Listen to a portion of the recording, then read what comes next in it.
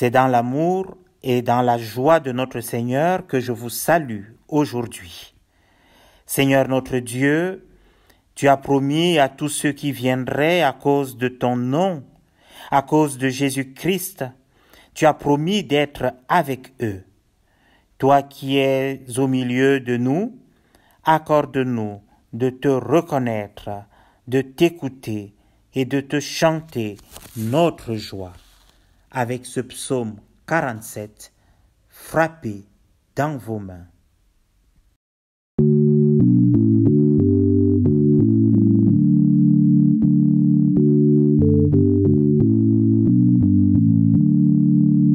Chantez le Dieu saint, frappez dans vos mains.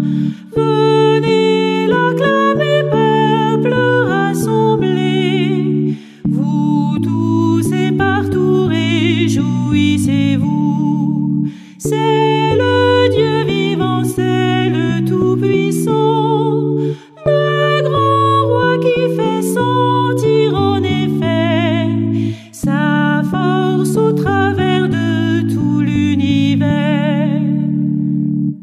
Il nous a fait voir quel est son pouvoir.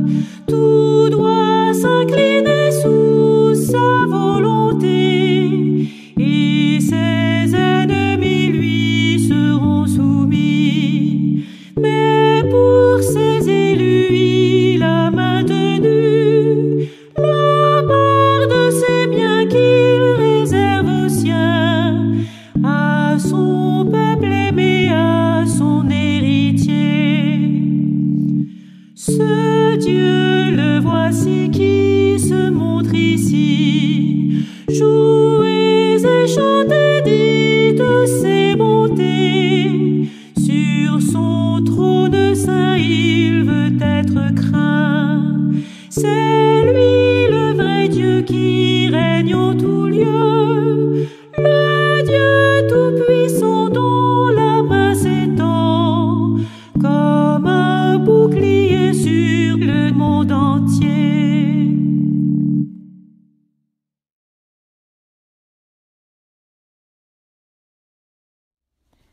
Louons notre Dieu.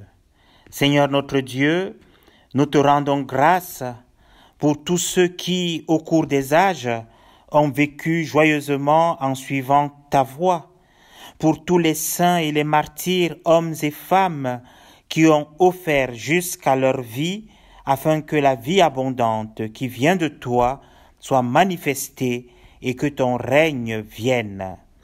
Pour ton amour et ta fidélité, nous louerons ton nom sans cesse et nous chantons ce psaume 100, vous qui sur la terre habitez.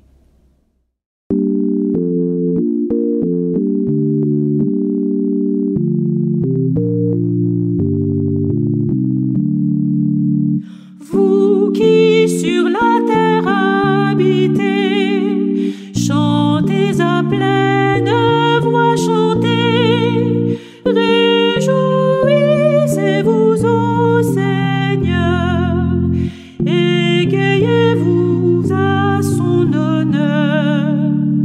Lui seul est notre souverain, c'est lui qui nous fit de sa main, nous le peuple qu'il mènera, le troupeau qu'il rassemblera. Présentez-vous tous devant lui, dans sa maison dès aujourd'hui, célébrez son nom glorieux, exaltez-le jusques aux cieux. Pour toi, Seigneur, que notre amour se renouvelle chaque jour, ta bonté, ta fidélité demeure pour l'éternité.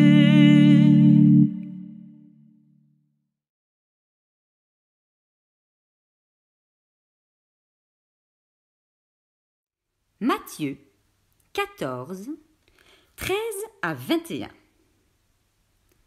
À cette nouvelle, Jésus prit un bateau pour se retirer à l'écart, dans un lieu désert. Les foules l'apprirent, quittèrent les villes et le suivirent à pied. Quand il descendit du bateau, il vit une grande foule, et il en fut ému. Il guérit leurs malades. Le soir venu, les disciples vinrent lui dire « Ce lieu est désert, et l'heure est déjà avancée. Renvoie les foules pour qu'elles aillent s'acheter des vivres dans les villages. » Mais Jésus leur dit « Elles n'ont pas besoin de s'en aller.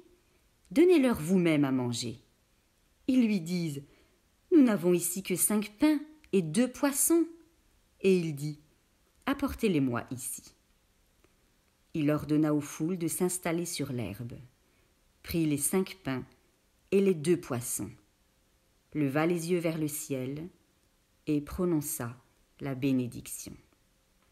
Puis il rompit les pains et les donna aux disciples, et les disciples en donnèrent aux foules. Tous mangèrent et furent rassasiés, et on emporta 12 paniers pleins des morceaux qui restaient. Ceux qui avaient mangé étaient environ 5000 hommes, sans compter les femmes et les enfants.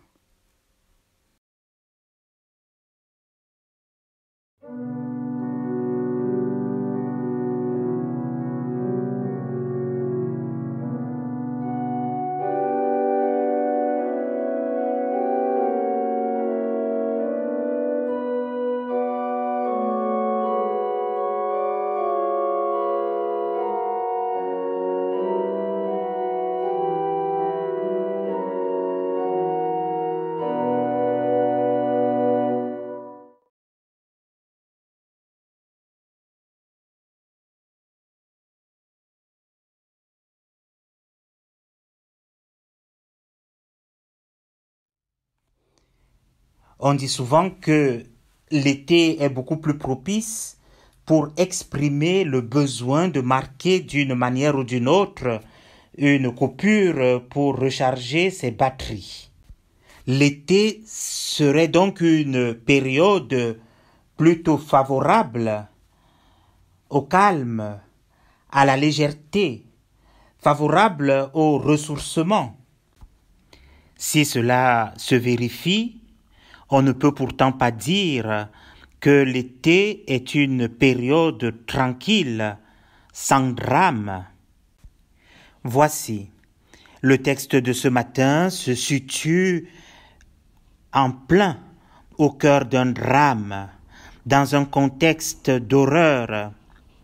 Jésus vient d'apprendre la décapitation de Jean-Baptiste, mis à mort dans les conditions les plus atroces. On exhibe sa tête lors d'un banquet d'anniversaire pour le moins terrifiant et tragique. Le climat de persécution est ici mis en lumière avec ce drame de Jean-Baptiste dont la grande faute a été de s'opposer aux agissements du roi Hérode. Telles étaient les conditions de vie des premiers chrétiens. Quand Jésus apprend la mort de Jean-Baptiste, sa première réaction est de se retirer seul. Peut-être veut-il gérer ce drame. Peut-être veut-il mettre en application cette parole du prophète Ésaïe. C'est dans le calme que sera votre force. C'est dans le calme que sera votre force. Jésus a certainement besoin en ce moment-là, de ce lieu calme et même désert. Seulement, il va être très vite rattrapé, il a été suivi, et sa retraite va devenir d'une toute autre nature. Sa retraite va être une mise en perspective des événements qui ébranlent tous ces gens qui le suivent. Jésus va leur montrer que la mort de Jean-Baptiste annonce déjà les événements de la fin. Ce festin tragique dans lequel on exhibe cette tête tranchée inaugure déjà des temps nouveaux. Le message de Jésus se veut clair.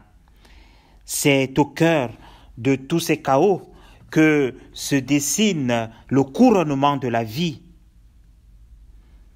L'enseignement de Jésus passe par ces gestes forts qu'il va poser. Le premier geste sera le souci des plus fragiles, la guérison des malades. Oui, Jésus guérit les malades et les infirmes de cette foule de gens. Et le deuxième geste sera cette offre, l'offre du banquet, de ce repas donné à ces milliers de personnes qui l'entourent.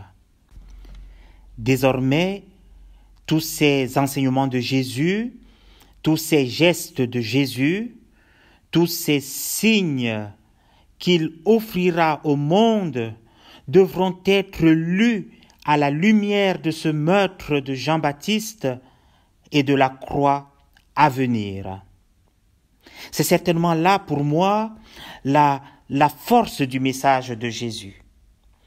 La mort atroce de Jean-Baptiste, la croix humiliante de Jésus sont en définitive les lieux de gloire.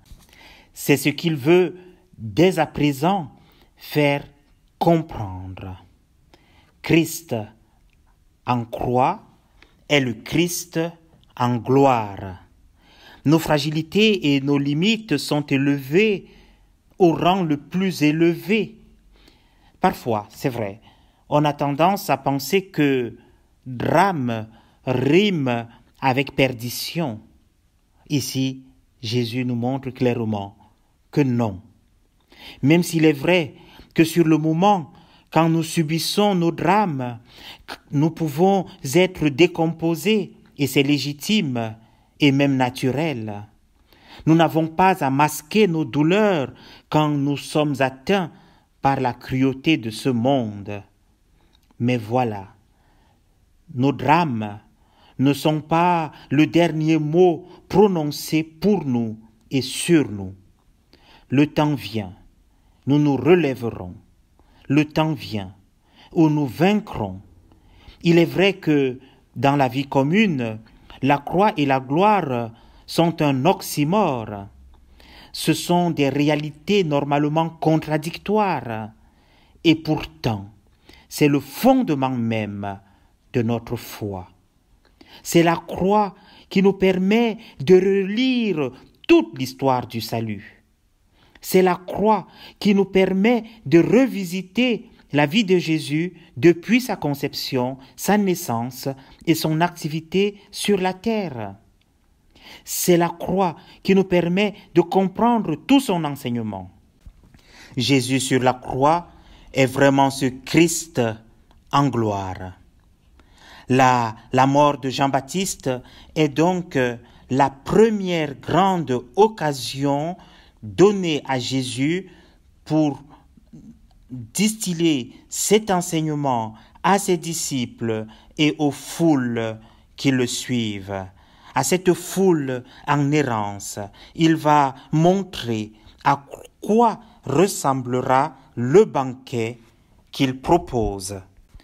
Alors que ses disciples le pressent de renvoyer toutes ces personnes qui l'ont suivi pour qu'ils aillent se restaurer par leurs propres moyens, non seulement parce qu'il est tard et qu'il n'y a rien à proximité, mais aussi peut-être pour que Jésus et subsidiairement eux-mêmes les disciples puissent se poser et se reposer un peu finalement.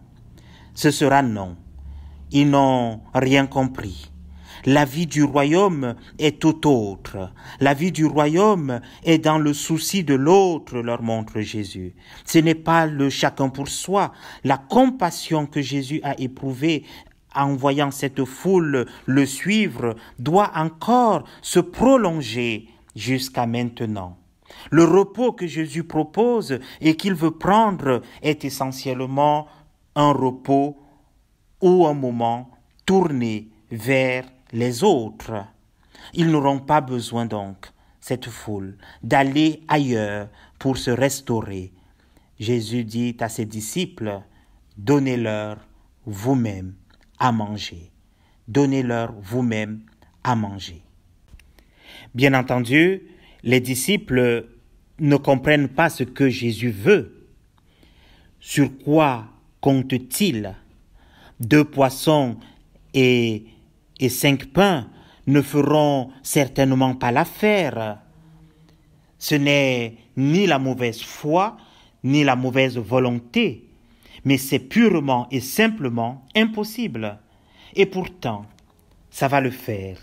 Le peu sera suffisant pour des milliers de personnes, et il y aura même encore des restes.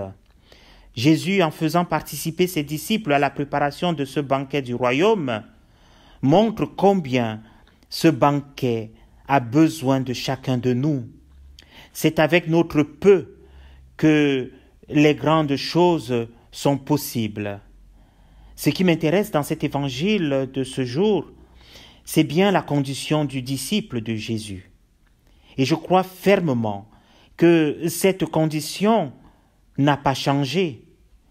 Nous avons encore du mal, encore aujourd'hui, à comprendre les événements qui surviennent dans nos vies, dans nos villes, dans nos pays et dans le monde. Devant tant de cruauté, de persécution, de rejet, nous rencontrons des gens qui sont à la recherche d'un sens à leur vie. Nous les voyons affamés de toutes sortes de nourriture, aller se blottir ici ou là dans l'espoir de trouver satisfaction. Comprenez bien que je ne nous exclus pas de ces gens. Nous sommes chacun à l'un ou à l'autre moment de sa vie dans ces impasses. Deux attitudes au moins nous guettent. La première est que nous avons tendance à laisser chacun se débrouiller seul, car qui n'a pas de soucis? Alors pourquoi s'encombrer des soucis des autres? Que chacun aille régler ses problèmes et le monde se portera mieux.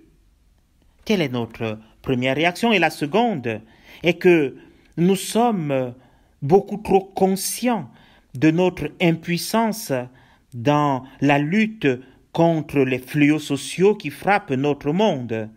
Nous sommes beaucoup trop conscients que devant l'immensité de la tâche, à nous tout seuls, avec ce que nous avons, rien n'y fera.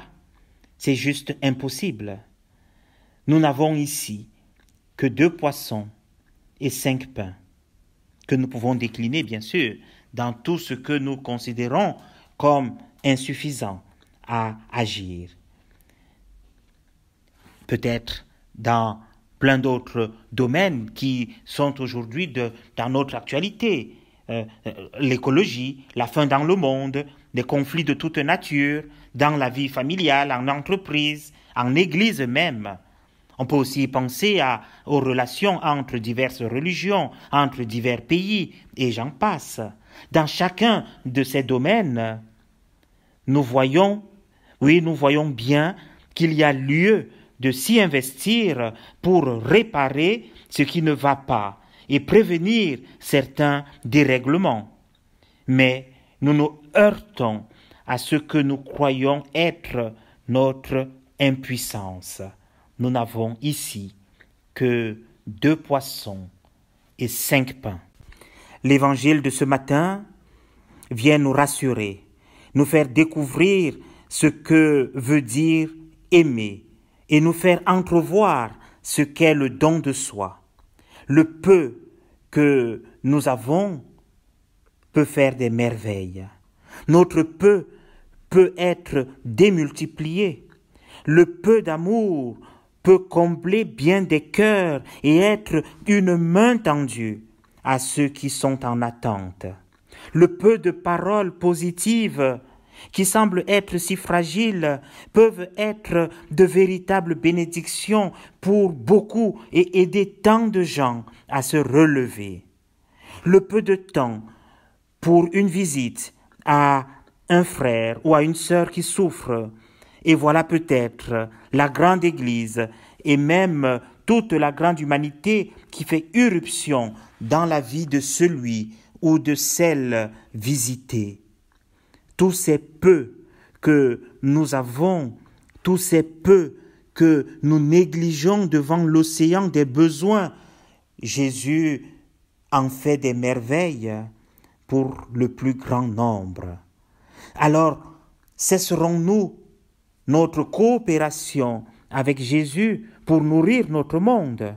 Cesserons-nous d'avoir peur de l'immense tâche qui nous attend pour nous engager? Cesserons-nous de nous rabaisser nous-mêmes pour regarder avec admiration l'œuvre du Christ pour nous et joindre notre sel? Il est vrai qu'il est indécent de penser ou d'imaginer la fin de toutes les misères de notre monde. On nous dira, si on venait à le faire, que nous sommes des beaux rêveurs. Ce qui est sûr, c'est par exemple que la pandémie actuelle prendra fin un jour après avoir causé tant de drames humains considérables, et nous en sommes déjà en plein dedans. Ce qui est aussi sûr, c'est que d'autres drames suivront la pandémie actuelle. C'est un fait. Est-ce pour nous décourager? Loin de là. Est-ce pour sombrer dans la désespérance? Non plus. Notre aspiration au repos est vraiment légitime. Nous avons besoin des temps calmes, des temps de légèreté. Mais voilà, l'évangile de ce jour nous apprend combien le vrai repos n'est que dans le don de soi. Saint Augustin disait, je vais le citer, « Notre cœur est inquiet tant qu'il ne repose pas dans le Christ. Notre cœur est agité, tourmenté, fatigué tant qu'il ne repose pas dans le Seigneur Christ. » Et le repos dans le Seigneur est une disposition de cœur qui prend continuellement soin des autres. Alors, chers amis, chers frères et sœurs, qu'en ce temps de l'été propice au repos, qu'il nous soit donné d'entendre cette exhortation du Christ. Donnez-leur vous-même à manger. Amen.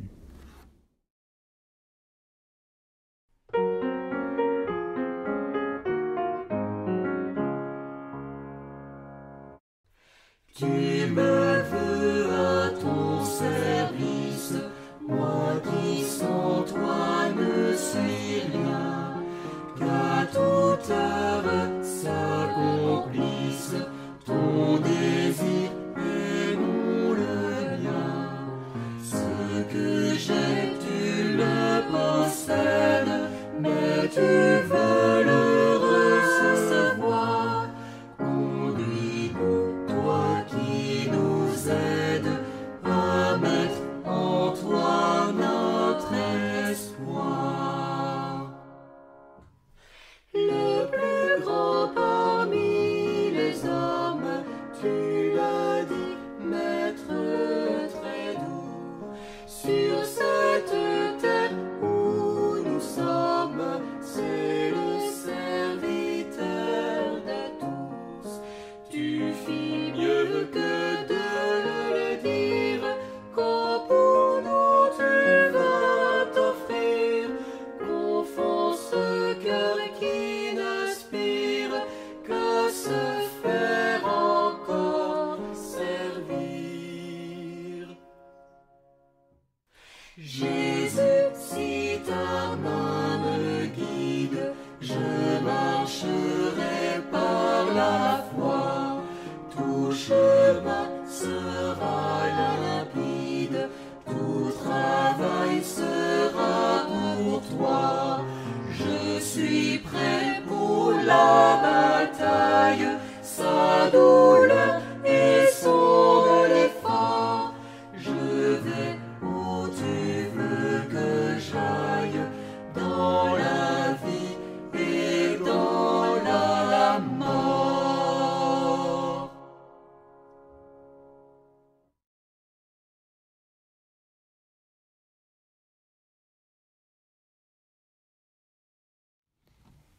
célébrer un culte à notre Seigneur, c'est aussi consacrer un moment pour l'offrande de notre argent, l'offrande de notre travail, l'offrande du temps nécessaire à l'écoute et toute autre offrande aussi joyeuse que nous inspire l'amour de notre Dieu.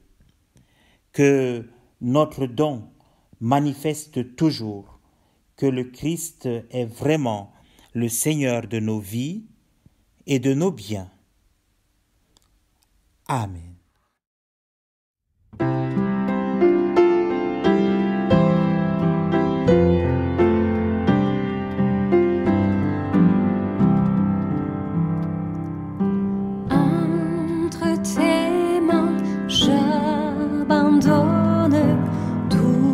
Ce que j'appelle mien, oh, ne permet à personne, Seigneur, d'en reprendre rien.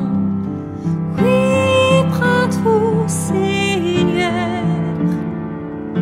Oui, prends tout, Seigneur.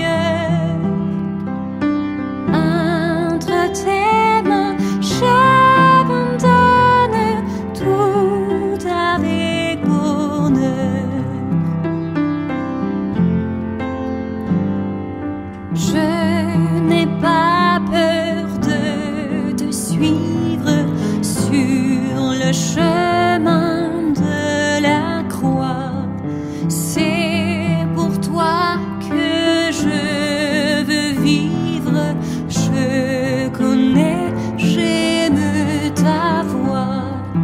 Oui, prends tout, Seigneur. Oui, prends tout, Seigneur. Sans rien garder, je te livre tout avec bonheur. Tu connais mieux que moi-même tous les besoins de mon cœur.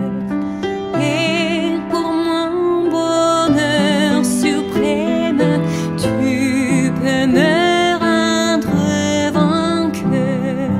Oui, prends tout, Seigneur. Oui, prends tout, Seigneur.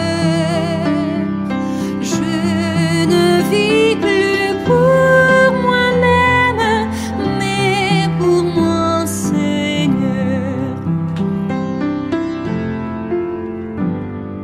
Prends mon corps et prends mon âme, que tout à moi soit à toi, que par ta divine flamme, tout mal soit détruit à moi.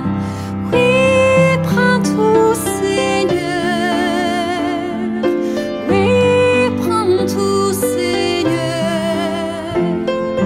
Prends mon corps et prends mon âme, règne sur mon cœur. Oui, prends tout, Seigneur. Oui, prends tout, Seigneur. Prends mon corps et prends mon âme, règne sur mon cœur.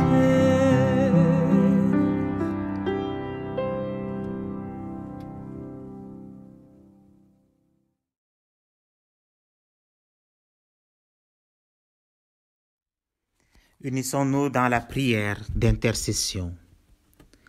Père, ta parole nous redit sans cesse ton amour pour ce monde et nous voulons te prier pour tous ceux dans notre monde qui ont faim.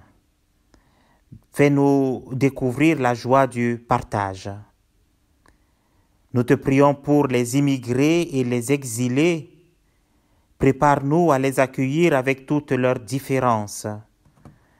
Nous te prions pour les solitaires. Conduis-nous sur le chemin de leur souffrance. Nous te prions pour les méprisés et les détenus. Rappelle-nous qu'ils ont droit au respect. Nous te prions pour les malades. Inspire-nous l'offrande d'une présence. Nous te prions pour celles et ceux qui exercent l'autorité dans le monde. Donne à chacun de nous d'assumer ses responsabilités. Nous te prions pour ton Église. Apprends-lui à rester fidèle. Et ensemble, nous voulons encore te dire, Notre Père qui es aux cieux, que ton nom soit sanctifié, que ton règne vienne, que ta volonté soit faite sur la terre comme au ciel. Donne-nous aujourd'hui notre pain de ce jour. Pardonne-nous nos offenses comme nous pardonnons aussi à ceux qui nous ont offensés. Ne nous laisse pas entrer en tentation, mais délivre-nous du mal, car c'est à toi qu'appartiennent le règne, la puissance et la gloire au siècle des siècles. Amen. Encore quelques paroles d'exhortation, puis nous recevrons la bénédiction de la part de notre Dieu. Rien qu'un mot de bonté, mais il a soulagé un cœur qui souffrait. Rien qu'un mot d'encouragement, mais un chemin obscur a été illuminé. Rien qu'un mot d'espérance et de foi, et le jour tout entier a été transformé. Le Seigneur vous bénit et vous garde. Le Seigneur fait resplendir sur vous sa lumière et vous accorde sa grâce. Le Seigneur tourne sa face vers vous et vous donne la paix. Amen. Bon dimanche, bonne semaine et bel été à toutes et à tous.